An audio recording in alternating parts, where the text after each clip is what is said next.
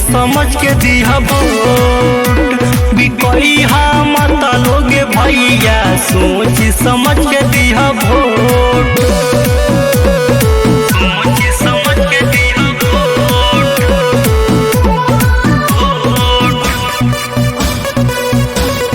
सोच समझ के दिया वोट। नौकरी के फिकर नहीं बाटे पढ़ाई के, का करिए नेता लोगे देशवा चलाई के। नौकरी के फिकर नहीं बाटे पढ़ाई के, का करिए नेता लोगे देशवा चलाई के। और महीने में 2 किलो डीलर देता रे बेच। बिकइहा मत लोगे भैया सोच समझ के दिया वोट। बिकइहा मत लोगे भैया सोच समझ के दिया वोट।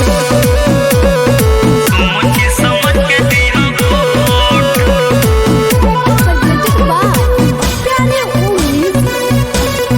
सोच समझ के दिया वोट।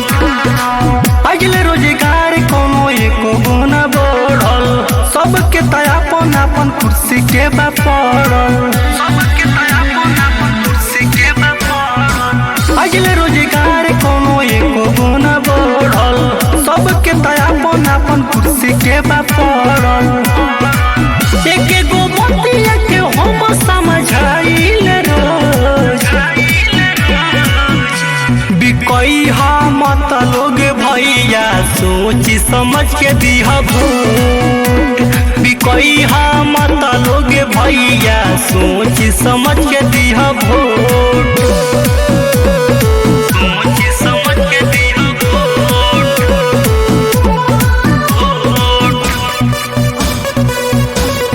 सोच समझ के दिया वोट।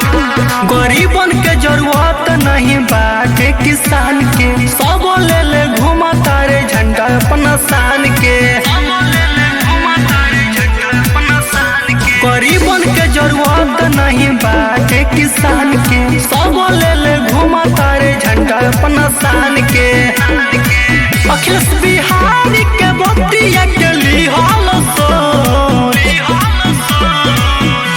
बिकइहा मत लोगे भैया सोच समझ के दिया वोट।